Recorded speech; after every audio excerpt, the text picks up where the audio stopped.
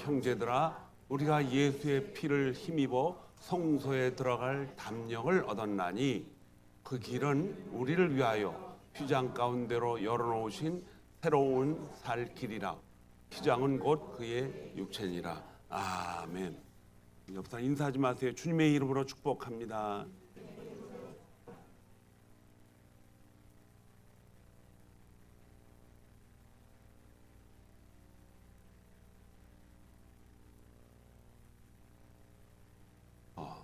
예수님의 피를 힘입어서 성소에 들어갈 담력을 얻었다고 그랬어요. 여기 보면 성소는 어떤 곳인가, 또 왜 성소를 들어갈 때 담력을 가지고 들어가야 되는가 뿐만 아니라 담력뿐만 아니라 그 담력을 예수의 피를 의지해서 들어간다고 그랬어요. 이 성소라는 것이 우리가 보기에는 매우 모든 사람이 들어갈 수 있는 곳이 아닌가라고 생각을 하고 있습니다.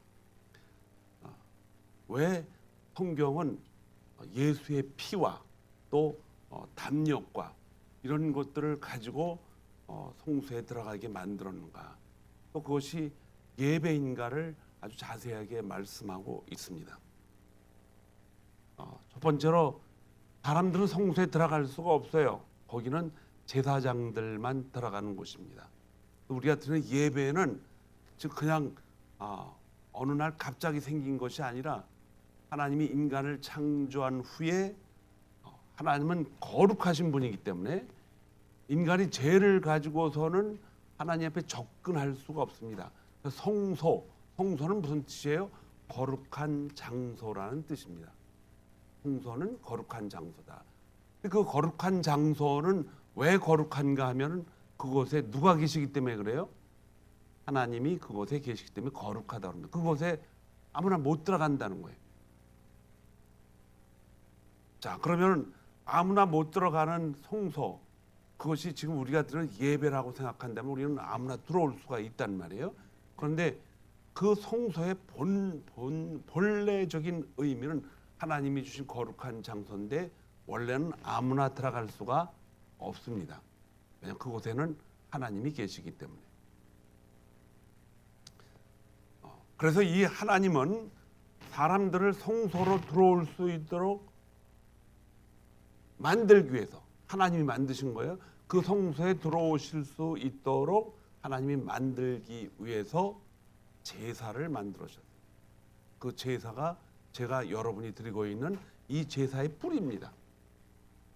그 제사가 없으면은 사람들은 성소에 들어갈 수가 없습니다. 그런데 그 성소에 들어갈 수 있는 사람은 이 성소라는 장막이 세 가지로 분류가 되어 있어요. 문이 세 개인데 첫 번째로 성소에 들어갈 수 있는 큰 문인데 그 안에는 제사장만 들어갑니다. 그리고 그 제사장이 들어가면 그 안에 뜰이 있어요. 그 뜰은 제사장들이 거기서 활동을 하는 장소입니다. 그리고 마지막 한 장소가 있는데 거기는 뭐냐? 지성소라고 합니다. 지성소. 거기는 1년에 한 번 누구만 들어가는가? 대제사장만 들어갑니다. 대제사장. 사람들은 그 성소 주위에서 이제 예배를 드리는데 그 성소의 예배에 참석할 수 있는 방법을 하나님 우리에게 알려주신 것이 바로 여러분이 지금 읽고 있는 레위기예요. 레위기, 창세기, 출애굽기, 그 다음에 레위기가 나옵니다. 레위기를 창세전의 스토리를 적어놓고 그 다음에 종되었던 땅에서 끌어내는 과정을 출애굽이라 그러죠. 그래서 그들이 이제 하나님을 만날 수 있는 길을 하나님이 처음으로 열어놓으셨는데 그게 뭐냐? 레위기입니다. 레위기는 성소에서 우리가 어떻게 들어가는가. 근데 그 성소에 지성소, 하나님이 계신 지성소 안에 들어가려면은 딱 한 사람이 1년에 한 번만 들어가야 됩니다. 한 번밖에 들어갈 수가 없어요. 여러분들 그 애굽을 탈출할 때 그 나온 날짜를 무엇이라고 합니까? 6월절이라고 얘기합니다. 6월절. 생명을 장자를 피해 가지고 그 선을 넘어서 이스라엘 백성들, 하나님의 약속의 백성들, 하나님이 택하시고 부르신 백성들을 살려놓은 그 날을 유월절이라 그래요. 이 유월절의 의미가 바로 지성소에 들어갈 수 있는 자격을 거기다 부여했는데, 이제 그 지성소에 들어갈 수 있는 날짜와 거기에 들어갈 수 있는 사람들은 딱 한 사람, 대제사장 한 사람밖에 없습니다. 그런데 거기에 들어가려면은 뭐가 없어야 되느냐? 죄가 없어야 됩니다. 일반 사람들은 거기에 들어갈 수가 없어요. 대신 죄를 사해주고 그 사한 죄를 가지고 하나님 앞에 들어갈 수 있는 한 사람을 뽑습니다. 그 사람이 누구냐? 대제사장인데 그 첫 번째 대제사장이 누구입니까? 모세의 형인 아론을 세워놓았습니다. 그래서 여러분과 제가 드리고 있는 그 예배는 바로 그 지성소, 아론만 들어갈 수 있는 그 성소를 이야기하는 거예요. 여러분과 제가 거기에 들어갈 수 있는 자격이 있는가? 신약 성경은 그 자격이 있다고 오늘 히브리서에서 우리가 말씀을 읽으면서 깨닫고 있습니다. 성경은 처음부터 끝까지 말하는 진리 가운데 하나가 있는데 그게 뭐냐? 하나님은 거룩하니 너희도 거룩하라는 것입니다. 이 말씀은 하나님이 거룩하기 때문에 하나님과 교제하기 위해서는, 교제하기를 원하는 사람들은 우리가 뭐 해야 된다? 거룩해야 된다, 이런 뜻이에요. 여러분과 제가 거룩하지 않으면 하나님 나라에 들어갈 수가 없을 뿐더러 그 하나님 나라가 이 땅에서부터 시작이 되는데, 이 땅에서는 어떻게 시작이 되는가? 거룩한 성소로 들어가는 일부터 시작이 된다는 것입니다.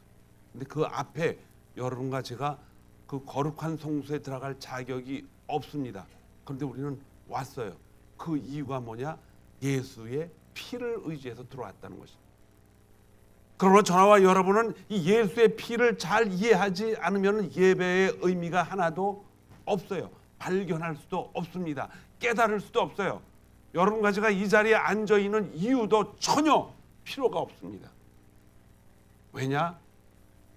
우리가 드리고 모여서 함께 드리는 예배는 분명히 성경의 거룩한 성소로부터 시작이 된, 거기서 출발해서 우리까지 왔는데, 그 거룩한 성소에는 옛날에는 예수님이 오시기 전까지 어떻게 했습니까? 올 때마다 어떻게 했어요? 동물의 죄를 뒤집어 씌워서, 나는 지난 1년 동안 이런 죄를 지었는데, 이건 특별히 그 하나님을 믿지 않는 일반 사람들은 소용이 없어요. 그러나 야곱의 자녀들은 이 이야기를 듣는 거예요. 왜? 야곱이 이름이 이스라엘이에요. 그 이스라엘이란 이름을 가진 그 야곱의 후손들은 바로 하나님이 불러가지고 아브라함을 불렀고 이삭을 불렀고, 이삭의 몸에서 두 사람이 나왔는데 그 중에 한 사람 야곱을 불러서 하나님의 자녀들, 하나님의 백성들로 삼으신 것이 바로 야곱을 이스라엘로 바꿔가지고 그의 자녀들을 전부 이스라엘로 만들었습니다. 이삭에게는 두 사람이 있는데 두 사람 중에 한 사람만 택했어요. 그런데 야곱에게는 하나님이 버린 민족이 없습니다. 야곱의 12형제를 모두 다 하나님이 택하셨어요. 왜냐? 이삭을 택했기 때문에. 이삭을 택해서 야곱을 택했기 때문에. 야곱을 택한 하나님은 이 야곱을 통해서 야곱에게 나온 모든 민족들을, 자녀들을, 족속들을 하나님의 이스라엘 백성들로 간주해가지고 그 자손에서 나온 200만 명 이상의 상태를 기다린 거예요. 기다렸다가 200만 명 이상이 되는 백성들을 가나안 땅으로 다시 불러들이면서 하나님은 그들에게 하나님 앞에 성소에 접근할 수 있는 길을 열어줍니다. 왜냐? 하나님은 거룩하니, 하나님이 아무리 그들을 불렀다 그래도 거룩하지 않은 백성은 그들 앞에 올 수가 없습니다, 여러분. 그래서 하나님은 그 거룩하게 할 수는, 그때는 거룩하게 못해요. 죄가 있기 때문에. 그러나 그들은 하나님 앞에 불렀는데 그 거룩함의 의미를 이제 그림자라고 그랬어요. 그림자. 그림자는 뭐예요? 뭔가 실제적인 것이 있어야 그림자가 돼요. 그 실체적인 것이 없으면 그림자라는 말을 쓸 수가 없습니다. 그래서 이 구약 성경, 특별히 레위기는 예수 그리스도의 그림자라고 성경은 말씀하고 있습니다. 이 레위기 속에서 감추어진 한 가지 장면이 계속해서 번복돼서 나오는데, 그렇게 제사장이 번복되면서 하는 것이 뭐냐? 칼을 가지고 어떻게 합니까? 동물을 전부 갈기갈기 찢습니다. 그 찢는 이유가 뭐예요? 그 안에 있던 피를 받기 위해서 그런 것이. 피를 받아서 이제 하나님 앞에 뿌립니다. 지성소 앞에. 왜 그렇게 많은 피를 흘렸습니까? 레위기 17장 11절에는 이 말씀이 기록되어 있습니다. 육체의 생명은 피에 있다. 하나님과 사람들과, 특별히 하나님이 선택한 이스라엘 민족들 간의 관계 속에서 이 생명이라는 것은 굉장히 중요해요. 하나님이 언급한 그 생명은 하나님이 가지고 있는 생명을 뜻합니다. 영원한 생명. 그 영원한 생명을 하나님은 그림자처럼 보여주기 위해서 계속해서 제사장, 하나님이 임명한 사람들에게 피를 흘리게 합니다. 여러분, 피가 사람 몸에 있기 때문에 사람이 활동하고 그러죠. 생명이 피에 있다는 것을 얘기해요. 사람이 죄를 지으면은 그 사람은 언제든지 제사장한테 가서 동물을 끌고 와서 시시때때로 내가 큰 죄를 지었으므로 짐승을 끌고 와서, 자기가 지은 죄를 제사장이 하지 않습니다. 지은 사람 본인이. 잘 들으세요. 제사장이 너의 죄를 사해 주겠다고 그렇게 안 했어요. 어떻게 합니까? 자기가 자기 죄를 그 가지고 온 동물에다 어떻게 합니까? 제사장 앞에서 다 집어넣습니다. 위임하는 거예요. 그 얘기를 누가 듣습니까? 그 앞에서 제사장이 그걸 들어요. 하나님은 거룩하신 분이기 때문에, 이 거룩하다는 것은 뭐냐? 죄가 전혀 없으시다. 여러분, 어둠이 가득 찼을 때 빛이 딱 나타나면 어둠이 어떻게 돼요? 자연스럽게 물러갑니다. 어둠이 물러가요. 그런데 인간의 마음속에는 어둠으로 가득 차 있어서 하나님을 볼 수가 없다는 거예요. 그런데 그 구약 가운데, 구약 성경 가운데 하나님이 우리에게 계속적으로 보여주고 본체를 우리에게 보여주시겠다는 것이 뭐냐? 앞으로 오실 예수 그리스도에 대한 그림자라고 이렇게 말씀하고 있습니다. 그래서 죄의 모든 원인이 피에 있다는 거예요. 피에. 그리고 피는 또 육체의 생명에 있다고 말씀하고 있습니다. 그 피가 흘러다니다가 예수님이, 하나님이 말씀하셔요. 그 죄가 어떻게 되었다? 속죄되었다라고 말씀하셔요. 신약 성경에서는 그 죄가 다 속죄되었다는 거예요. 중요한 질문이 하나 있습니다. 정말 짐승의 피를 흘려가지고 죄를 제거할 수 있는가? 제거 못합니다, 여러분. 그래서 하나님은 특별히 인간의 죄를 다 동물한테 뒤집어 씌우고 그 성소 안에 들어가지 못하지만, 그 이야기를 들은 제사장이 이제 대제사장한테 가서 피와 함께 드리면, 그 대제사장은 지성소 안에 가서 그 피를 뿌리고 하나님 앞에 이스라엘의 모든 죄를 용서해 주기를 기도하는 거예요. 이게 레위기의 제사의 근본 길입니다. 그렇게 제사를 드리면서 대제사장이 용서함을 받으면 이스라엘 백성들은 하나님께 이제 가까이 갈 수가 있어요. 왜? 1년 동안 죄를 다 용서받았기 때문에.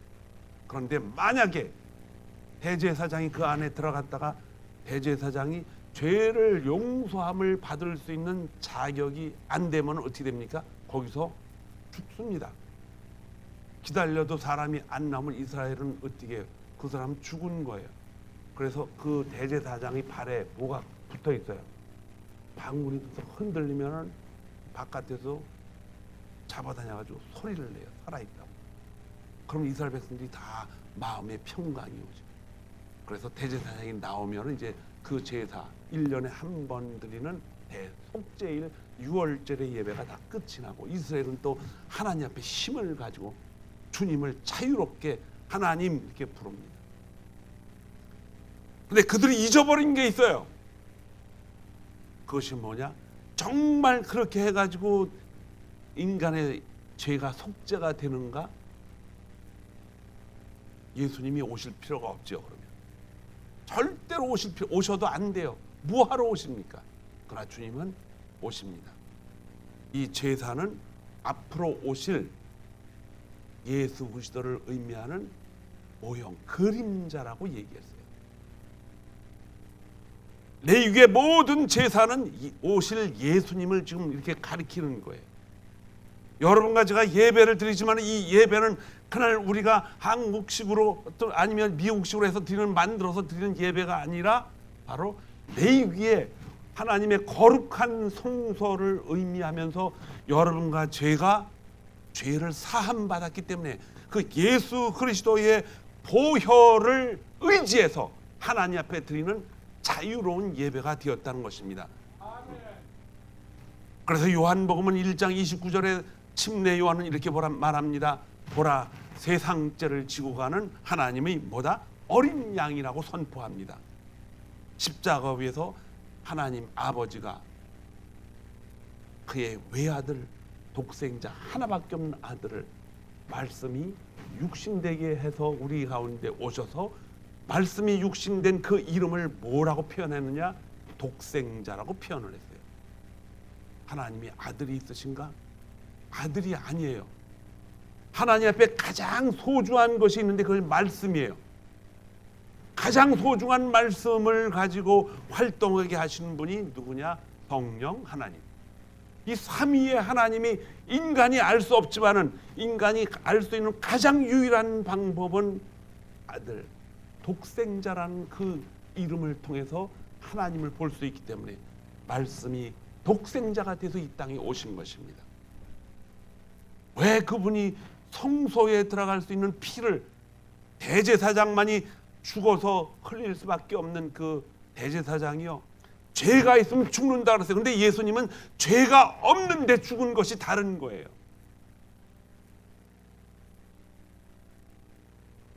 히브리서 10장 19절은 우리가 예수의 피를 힘입어서 들어간다 그랬어요. 예수의 피. 우리가 거룩해질 수 있는 이유는 여러분과 저의 노력 때문이 결코 아니랍니다. 여러분이 기도를 열심히 해서도 아니고, 그래서 우리가 열심히 하나님의 영적인 일을 해서도 아니고, 그분이 우리를 위한 대속 피를 흘렸기 때문에, 그것 때문에 우리가 간 거예요. 그것 때문에 예배에 참석할 수가 있는 것입니다. 그래서 이 피가 우리를 깨끗하게 우리의 죄를 씻어줬다라는 것을 우리는 알 수가 없습니다. 그런데 그것을 알게 하시는 분이 누구입니까? 성령 하나님. 그래서 예수님과 성령 하나님을 항상 함께 계시고 그 두 분만 함께 하시는 것이 아니라 이를 계획하신 하나님 아버지도 함께 계십니다. 사실은 하나님 한 분이면 만족해요. 그러나 저와 여러분이 하나님의 존재를 알 수가 없기 때문에, 보이지도 않고 알 수가 없기 때문에 예수로 잘 분리해서 우리가 깨달을 수 있도록 그렇게 오신 거예요. 그 피가 죄를 씻었습니다. 그 일로 인해 하나님과 화목하게 살아갈 수 있는 다음의 일들이 일어나는 것입니다. 그게 뭐냐? 바로 화목케 하신 예수님을 통해서 하나님은 살아계시다라고 우리가 말할 수가 있는 것입니다. 그냥 말하는 것이 아니라 담대하게 살아가는 것입니다. 성도는 자기 의욕으로 살아가는 것이 아니라 하나님의 주시는 의욕으로 살아갑니다. 그래서 예수 그리스도 이 화목제물로 피를 흘리신 그 피로 살아가는 사람들을 뭐라 그럽니까? 그리스도인, 이렇게 말할 수가 있습니다. 구약의 대제사장은요, 죽음을 각오하고 지동소에 들어가는 사람들이에요. 이게 대제사장은 평상시에 일을 안 합니다. 그러니까 항상 자기를 거룩하게 지켜야 되고 지적하고 그렇게 하지 말라고 가르치고, 대제사장은 제사장들을 가르치고 항상 그렇게 해야 돼요. 그래서 누구나 다 대제사장이 되고 싶어 할 거예요. 바리새인들 중에 특별히. 그런데 까딱 잘못하면 어떻게 됩니까? 죽습니다. 대제사장을 계급으로 알고 있는 근대 시대의 이스라엘 백성들이 그래서 비참한 거예요. 거기서 죽음은 육체의 죽음을 뜻하는 것이 아니라 하나님과 아주 영원히 갈라지는 그런 뜻을 말합니다. 하나님을 만나볼 수가 없어요. 여러분, 아담과 하와가 에덴 동산을 쫓겨나올 때 하나님이 그 에덴 동산 안에 선악을 알게 하는 나무 외에 또 하나의 중요한 나무가 있습니다. 그 나무가 뭐예요? 생명나무입니다. 생명나무를 아무도 보지 못하고 알지도 못하게 뭘로 가려놨어요? 화염병으로 가려놨어요. 거기는 하나님만 계신 지성소예요. 아무도 알지 못하게. 지성소에는 누가 계십니까? 하나님이 계시기 때문에 하나님의 임재하는 장소인데, 우리가 예배를 드리고 와서 하나님 앞에 감사드리고, 그 예배가 정말 예배스럽고, 그 예배가 정말 하나님과 만나는 장소고, 그 예배가 정말 하나님으로부터 축복을 받는 그런 장소라면은 그 예배 속에 누가 계셔요? 하나님이 계신 거예요. 그래서 하나님 없이 드리는 예배는 아무 의미가 없습니다, 여러분. 아무 의미가 없어요. 그런데 누가 그 마음속에 하나님이 들어 계신가는 여러분도 모르고 저도 모릅니다. 그러나 그것을 점점 알 수 있는 시간들이 다가와요. 언제? 하나님 말씀을 깨닫고 우리 안에 무엇이 나타납니까? 하나님이 주신 의욕이 자꾸 나타나게 돼요.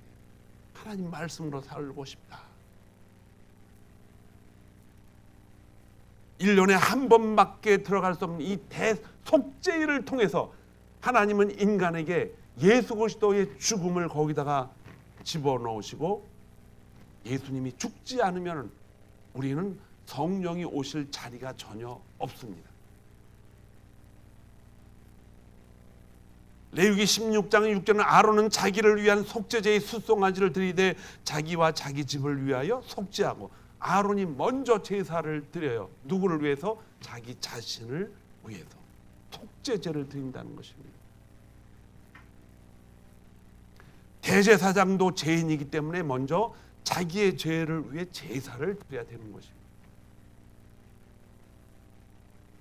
또한 14절 또 15절까지 레위기 16장을 보면은 그 송아지의 피를 가져다가 손가락으로 속죄소 동쪽에 뿌리고, 또 손가락으로 그 피를 속죄소 앞에 7번 뿌릴 것이며, 또 백성을 위한 속죄제 염소를 잡아 그 피를 가지고 어디에 들어가느냐? 휘장 안으로 들어가서. 휘장은 뭘 말해요? 지성소, 하나님이 계신 그곳을 말합니다. 히브리서는 이 사건을 히브리서 9장 7절에 이렇게 말합니다. 오직 둘째 장막은 대제사장이 홀로 1년에 한 번 들어가되 자기와 백성의 허물을 위하여 드리는 피 없이는 안 한다, 이렇게 얘기를 해요. 그 피를 누가 다 하셨습니까? 예수 그리스도가 한 번에 다 해버리셨어요. 이 장면은 무엇입니까? 죄인은 거룩한 하나님 성소에 들어갈 수가 없고, 들어가면 뭐한다? 죽는다는 거예요. 대제사장도 죽기 때문에. 오늘날 우리는 예배를 드리면서 이러한 성소가 거룩한 하나님의 장소라는 것을 안다면은, 누구에 의해서 전도가 돼서 온 사람들에게 이런 얘기했다가는 무서워서 교회에 누가 와요? 그래서 교회에서는 이것을 그들에게 알려주기 위해서 교회에서는 반드시 뭘 해야 됩니까? 교육을 시켜야 돼요. 교육은 하나님이 베드로전서에도 기록해 있듯이 사람이 신앙으로 뭐하게 합니까? 자라게 만들어요. 자라게 만들어서 자라면은 어떻게 됩니까? 하나님을 알 수 있고 깨닫고, 하나님이 인간에게 주신 지혜와 감정과 의욕이 점점 자라서 인생의 방향을 바꾸게 만들어가는 놀라운 힘이 교육에 있다는 것입니다. 왜냐? 교육은 사람들에게 자라게 만드는 의욕을 춤추는 동기를 주는 도구예요.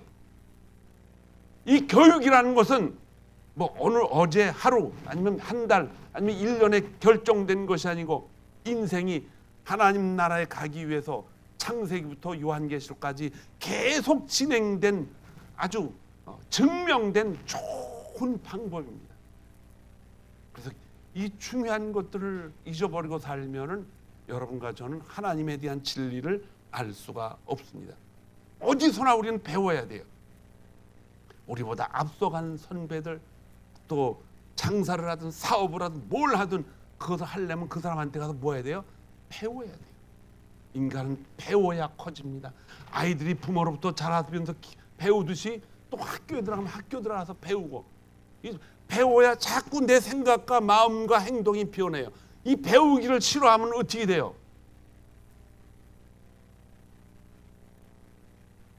여러분과 저는 배우지 않으면 자라지를 않아요.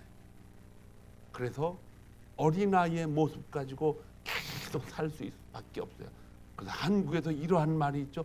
3살 버릇이 언제까지 한다? 60살까지 가는 거예요. 80살까지 가요. 요새는. 그 80살까지 가면 그때 80살이 돼서 정신을 바짝 차리면 어떻게 돼요? 그때는 저는 망령이 생겨요. 큰일 나죠. 여러분, 배울 게는 우리 주위에 얼마나 많습니까? 여러분들 유튜브를 통해서도 배우고 또 텔레비를 통해서도 배우고 많이 배워요. 그런데 생명에 관한 것은 어디서 배웁니까? 교회에서 배웁니다. 자꾸 배워야 돼요. 현장감이 있는 것을 여러분 결코 잊지 마시기 바랍니다. 어느 교회에서 부흥회를 한다면요, 혼자 가지 마시고 같이 성도들하고 같이 가고 또 박수 쳐주고. 마태복음 27장 57절에는 이 말씀이 있습니다. 성소 휘장이 위로부터 아래로 찢어졌다. 위에서 찢은 게 아니라 밑에서 찢어서 위로 잘라간 게 아니에요. 위에서 아래로 찢어졌다. 하나님이 찢으셨다는 거예요. 그 이유는 무엇입니까? 예수님이 죽으시고 이제는 죄가 다, 하나님 백성들은 아무나 들어갈 수 있다고 선포하신 것입니다. 예수님의 피가 우리를 믿음의 담대함을 갖고 살아갈 수 있도록 성령이 오실 수 있는 길을 다 활짝 열어놓으신 거예요. 이제 예수님의 피가 우리 죄를 다 속죄했다고 말씀하시는 선포가, 성령이 이제 들어가서 그 일을 행해도 된다고, 동시에 성령이 그 일을 행한다고 알리는 것이 바로 속죄소에 들어갈 수 있는 휘장이 갈라지는 것입니다. 믿을 수 없지만 믿어지는, 인간의 생각과 판단으로는 경험할 수 없지만은 그 판단을 바라보고 믿게 만드는 것이 바로 성령의 기도입니다. 그래서 여러분, 믿음은, 오늘 성경 말씀에 보니까 믿음은 담대하다고 그렇게 기록을 해요. 믿음이 담대하다. 믿음이 담대하다는 것은, 여러분, 담대하다는 것은 이제 특별히 여기서 우리가 뭐 열심히 하면 된다 이걸 뜻하는 것이 아니라, 담대하다는 것은 아주 특별한 의미가 있어요. 에너지가 있다 이런 뜻이에요. 이 헬라어 언어에는 담대하다, 에너지가 넘쳐난다 이런 뜻이에요. 여기서 제일 여러분들이 잘 이해가 안 가는 것 같아요. 그러면 저쪽에서 우리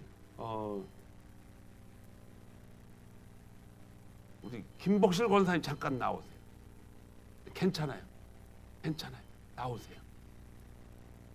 그 앞에 우리 최인숙 권사님 앞으로 나오세요. 최인숙 권사님 앞으로 나오세요. 중요해요. 담대함이 뭔가. 이제 담대한 건데 이제 무슨 일이 벌어질지 모르고 전 나왔어요. 저쪽을 보세요. 자, 제가 여기서 이렇게 해서 뒤로 쓰러져 보세요. 그러면 그래도 담대하게 쓰러진다 그러면 이건 뭐라 그래요? 미친 짓이에요. 이거는 뒤로 쓰러져 보세요. 그러면 미친 짓이에요. 그러나 제가 뒤에 가서, 자, 뒤로 쓰러져 보세요. 뒤로 쓰러져 보세요. 이땐 쓰러져요. 요걸 담대하다 그래요. 이제 들어가셔도 돼요. 담대하다는 것은 우리 마음속에 어떤 그런, 정말로 내가 이 일을 하도록 확실하게, 이게 믿음이 일어나는 거거든요. 그런데 이 믿음이라는 것이 그냥 생기는 것이 아니라 뒤에 누군가가 있다라는 확신이 있어야 믿음이 생기는 거예요. 그러니까 나는 믿습니다 그랬을 때 그냥 그것이 담대한 믿음이 아니라 내 안에 누가 계시다? 성령이 계시다라는 놀라운 증거를 가지고 있을 때 그 담대함이 생기는 것이지, 아 나는 좀 믿어요 하고서 그래서 믿음이 생기는 게 아니라는 거예요. 그 성령이 계시다는 증거는 왜 있느냐? 예수님이 우리를 죄를 위해서 어떻게 하셨어요? 십자가에서 매달려 돌아가셨다라는 이 사실을 믿게 해주시는 분이 누구예요? 성령 하나님이 우리 안에 계시는 거예요. 그러니까 여러분과 제가 믿을 수 없는 예수 그리스도의 십자가 사건을 믿는다라는 것은 이미 우리 안에 전능하신 하나님이 우리 안에 계신다라는 뜻이에요. 그 믿음이 있기 때문에 오늘 우리가 읽은 본문의 말씀이 그래서 빛이 나는 것입니다. 그게 뭐냐? 형제들아, 우리가 예수의 피를 힘입어 성소에 들어갈 담력을 얻었다. 성소에는 아무나 못 들어간다 그랬죠? 죄를 가지고 들어가면 죽어요. 그 겁이 나서 못 들어가요. 대제사장도 긴장을 하고 들어갑니다. 죽기 때문에. 그런데 여러분과 저는 들어갑니다. 왜? 우리 안에 예수 그리스도의 피가 우리 죄를 다 씻어주셨기 때문에. 그리고 이 피를 예수님이 씻어주셨다는 것을 알게 하신 누구예요? 성령 하나님. 그래서 성령이 계신 분들만 예배를 드릴 수가 있다는 것입니다. 그럼 나는 성령이 있는지 없는지 모르는데 어떡하나? 그럼 여러분, 그거를 하나님이 금방 깨닫게 하지 않으셔요. 뭘 통해서? 교육을 통해서 알게 하십니다. 믿음은 나의 실력이나 나의 지식이나 나의 경험이 아니고, 나의 짜여진 판단력이 아니고, 예수님이 나를 위해서 십자가에서 죽으셨다는 이 사실과 이 사실을 내가 믿는 것과 믿는 가운데 나에게 담대함이 생기는 것으로 인해서 여러분과 제가 뭐 할 수 있다? 예배에 참여할 수가 있다는 것입니다. 말씀 가운데 히브리서 10장 20절은 새로운 살 길이라는 글을 적어놨어요. 말씀을 적어놨어요. 새로운 살 길이다. 이거 그냥 넘기면 뭐 그냥 그런 말이다. 새로운 살 길? 살 길이 새로 있네. 새로운 살 길은 하나밖에 없습니다. 예수님을 의지하고 그분을 따라가는 길밖에 없어요. 그 나머지 길은 뭐냐? 다 무슨 길이에요? 죽음으로 가는 길이에요. 세상에는 많은 길이 있어요.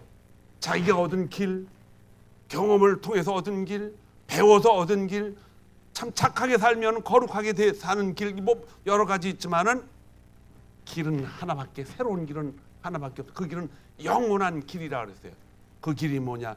요한복음 14장 6절에는 내가 곧 길이요 진리요 생명이니 나로 말미암지 않고서는 아버지께로 올 자가 없다고 했어요. 아무도 없어요. 아무 길도 없고. 왜냐? 그 길은 예수님이 대제사장이 되어서 자기가 죄가 없는데도 우리들을 죄를 위해서 그분이 십자가에 매달려 죽으시고 피를 흘리셨기 때문에 그래요.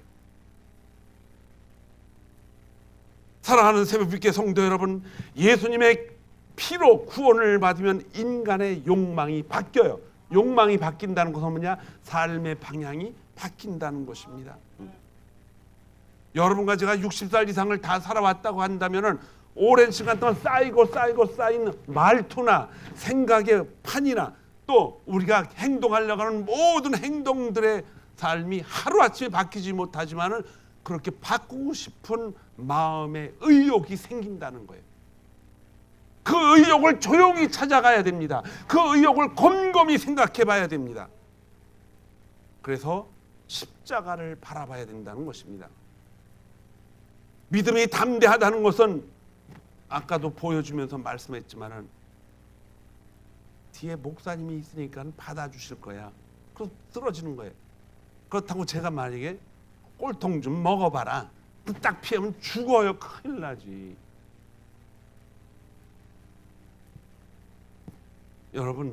여러분과 제가 우리 자신을 믿고서 살아갈 시대는 이미 끝났어요. 우리 성도님 중에 한 분이 자기 자신을 믿고 눈이 왔는데 그 치다가 쓰러지다 병원에 있어요. 육신도 그렇다는 거예요. 육신도. 나는 건강하다 생각하고 자기 건강을 의지하고 뭘 했다가는 큰일 납니다, 여러분. 우리는 우리 자신도 모르게 우리 안에서 무슨 병이 자라고 있는지 아무도 몰라요. 그러나 여러분, 그것보다 더 소중한 것이 있다면 그것이 무엇입니까? 우리 육신보다 훨씬 더 중요한 것이 뭐냐? 바로 우리가 가야 할 천국이라는 것입니다. 그런데 그 천국은 우리의 욕망이, 우리의 의욕이 자라면서 이 시간, 이 장소에서부터 시작이 된다는 것입니다. 왜냐? 여기가 성소이기 때문에, 성소가 모인 그곳에 하나님이 우리와 함께 계시기 때문에 그 성소의 예배는 하나님이 우리를 지키시겠다고 초청하신 장소입니다. 예전에는 여러분, 우리는 세상을 원했어요. 우리의 힘과 우리의 판단력이 얼마나 중요하냐. 그러나 아는 것이 그거밖에 없기 때문에 피할 수가 없어요. 그러나 구원을 받으면 하나님을 알게 됩니다. 내가 아는 것이 아니라 우리 안에 계신 성령님이 알게 해주셔요. 이걸 자연적인 것이라고 얘기합니다. 나무를 심으면은 뿌리가 커지고 자연스럽게 자라듯이, 열매가 열리듯이 우리가 열매를 만들어서 놓는 것이 아니라 자연적으로 자라듯이, 예수님의 택한 백성들은 죄가 예수님의 피를 통해서 없어지면은 자연적으로 우리 안에 성령님이 오셔서 활동을 하시는데, 그 의욕이 뭐냐? 하나님을 믿고 싶어하는 마음이 생기는 거예요. 성소에 참여하고 싶은 마음이 생기는 거예요. 그걸 모르고 신앙생활 10년, 20년, 30년, 40년 하면은 어떻게 됩니까? 자기 육신의 감각으로 그걸 믿기 때문에 예수 믿어도 뭐 편한 게 별로 없네. 다 안 다니는 거예요. 이 책임을 누가 다 져야 됩니까? 교육시킨 사람들의 책임입니다. 물론 그러한 것조차도 하나님이 다 인도하시기 때문에 완전히 그들이 100% 교육시키는 사람들의 책임이라고 말할 수는 없어요. 그러나 그 교육을 잘못 시킴으로 인해서 동기를 엉뚱한 방향으로 주면은 심각한 문제가 생긴다는 거예요.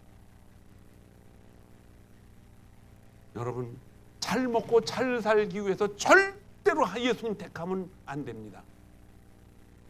우리의 삶은 영원한 삶이요, 예수님이 피값으로 사준 그 천국의 길을 걸어가는 여러분의 인생 여정임을 꼭 기억하시기 바랍니다. 분명히 말하지만 우리는 여기서 오래 살 수가 없어요. 그것이 10년이 될지 20년이 될지 30년이 될지, 오래 살면 살수록 좋지만은 여러분, 건강하지 않고 오래 사는 것도 사실은 복이 아니에요. 성령이 주신 욕망으로 새로운 길을 걸어가시기를 주님의 이름으로 축원합니다. 성령이 길을 주는데 두 가지 길을 주셔요. 그 길, 두 길을 여러분들이 다 양손으로 붙잡고 가야 돼요. 첫 번째로 히브리서 4장 12절은 하나님의 말씀 살아있고 활력이 있어 좌우에 얼떤 날선 검보다 예리하고 혼과 영과 및 관절과 골수를 찔러 쪼개기까지 하며 또 마음의 생각과 뜻을 판단한다 그랬어요. 이게 뭐냐? 하나님의 말씀 뭐가 있다? 활력이 있다 그랬어요. 활력이. 말씀을 읽으면 말씀 자체가 예수님으로 오신 그분, 우리 안에서 움직인다는 거예요. 꿈틀거리게 뭔가 활동을 하신다는 거예요. 그래서 뭘 읽어야 돼요? 말씀을 자꾸 읽어야 돼요.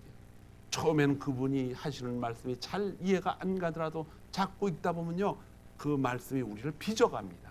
자꾸 하나님의, 예수님의 말씀으로 자꾸 살아갈 수 있도록 에너지를 줘요. 에너지. 이 에너지가 세상적인 단어가 아니에요. 원래는 헬라어로는 이 헬라어로는 바로 에네르게스라는 아주 특별한 단어가 있는데, 이 단어는 힘을 준다, 이런 뜻이에요. 힘을 준다. 이사야 55장 11절은 내 입에서 나가는 말도 헛되이 내게로 돌아오지 아니하고 나의 뜻을 이루며, 하나님의 말씀으로 하신 말씀은 그대로 허공을 치다가 또 없어지는 것이 아니라 반드시 뭐 하신다? 이루어진다는 뜻이에요. 하나님이 말씀하시니 땅이 있으라 하시니 어떻게 했어요? 땅이 생겼다는 거예요. 하나님이 계시는데 그분의 생각을 언어로 표현을 하고 그 언어의 생각을 그대로 동시에 순서대로 이루어지는 것이 아니라 동시에 이루어지는데 그 일을 하시는 분이 누구다? 성령 하나님이다, 이런 뜻이에요. 뿐만 아니라 요한복음 6장 63절에는 내가 너희에게 이른 말은 영이요 생명이라, 영이란 말을 먼저 썼어요. 하나님이 이르신 말씀이 영이라 그랬어요. 영. 하나님은 영이시니 이 영이란 뜻이에요. 그래서 이 말씀은 성령이 우리에게, 하나님은 나의 반석이시고 예수님은 나의 피를 다 깨끗하게 하신 분이고 나의 죄를 깨끗하게 쓸어 가신 분이고 이 일을 하시는 분이 바로 성령 하나님이심을 알려주시는 것이 바로 하나님 말씀이라는 거예요. 그 말씀을 계속해서 듣고 깨닫고 읽고 하나님과 같이 하는 시간이 바로 성령이 일하시는 방법 중에 하나입니다. 다른 하나는 성령은 우리에게 기도할 수 있도록 의욕을 주십니다. 시편 34편 15절에 보니까 여호와의 눈은 의인을 향하시고 그의 귀는 그들의 부르짖음에 귀를 기울이시는도다. 여호와는 의인의 기도. 여러분과 저는 의인이 됐어요. 저 사람을 보면 의인이 아닌 것 같은데 의인이라고 그러네. 우리가 의인이라고 그러는 것이 아니라 하나님이 저와 여러분을 뭐하라고 한다? 의인으로 불렀다는 거예요. 의인으로 우리를 불렀기 때문에 하나님은 이렇게 말씀하십니다. 예레미야 33장 3절에 보니까는 너는 내게 부르짖으라 내가 내게 응답하겠고 내가 알지 못하는 크고 은밀한 일을 내게 보여주겠다 그랬어요. 우리 눈으로 볼 수 있도록 하나님이 응답하시겠다 그랬어요. 나이가 들고 육신이 자꾸 활동을 못하면 그 대신 우리는 뭐로 활동을 많이 해요? 우리의 정신과 기억도 자꾸 사라지니까 하나님 말씀으로 순간순간 활동을 합니다. 그런데 가장 파워풀한 것은 무엇입니까? 기도입니다, 여러분. 예수님이 직접 하신 약속도 그렇습니다. 마태복음 7장 7절에 보니까 뭐라 그랬어요? 구하라 그리하면 너에게 주실 것이요. 누가 주신다는 거예요? 하나님이 주신다는 거예요. 찾으라 그러면은 찾아낼 것이요. 두드리라 그러면 너에게 열릴 것이니. 이게 예수님이 우리에게 하신 말씀이에요. 구하라 그래요. 근데 여러분, 이 구할 수 있는 놀라운 하나님의 성령의 음성이 우리 안에서 어떻게 나느냐? 우리에게 구하고 싶은 뭐가 생겨요? 의욕이 생긴다는 거예요. 성령이 주시는 기도의 제목들이 있다는 것입니다. 마태복음 6장 8절에는 아버지 하나님께서는 너희가 구하기 전에 너희가 있어야 할 것을 다 아신다고 그랬어요. 우리가 이미 필요한 거 다 알고 있다 그랬어요. 그것을 우리에게 뭐 하라세요? 구하라 그러는 거예요. 그래서 믿음의 사람들은 결국 두 가지예요. 하나님의 말씀과 기도를 가지고 하나님이 그렇게 약속하셨기 때문에 하나님 앞에 담대히 와서 기도하라는 것입니다. 담대히 말씀을 가지고 그 말씀을 나의 것으로 만들라는 거예요. 사랑하는 성도 여러분, 오늘 하나님 말씀을 통해서 첫 번째로 예수님의 피가 우리의 길을 열었어요. 어디 무슨 길이냐? 성소로 들어올 수 있는 길을 열어주죠. 이게 첫 번째입니다.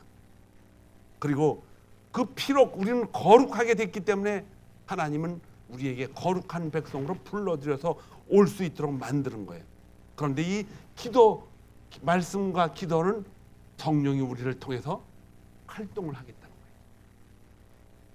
활동을 하셔서 살아계신 하나님, 역사하시는 하나님을 우리가 마음껏 세상에 전하고 믿지 않는 영혼들에게 그 복음, 이게 복음이에요.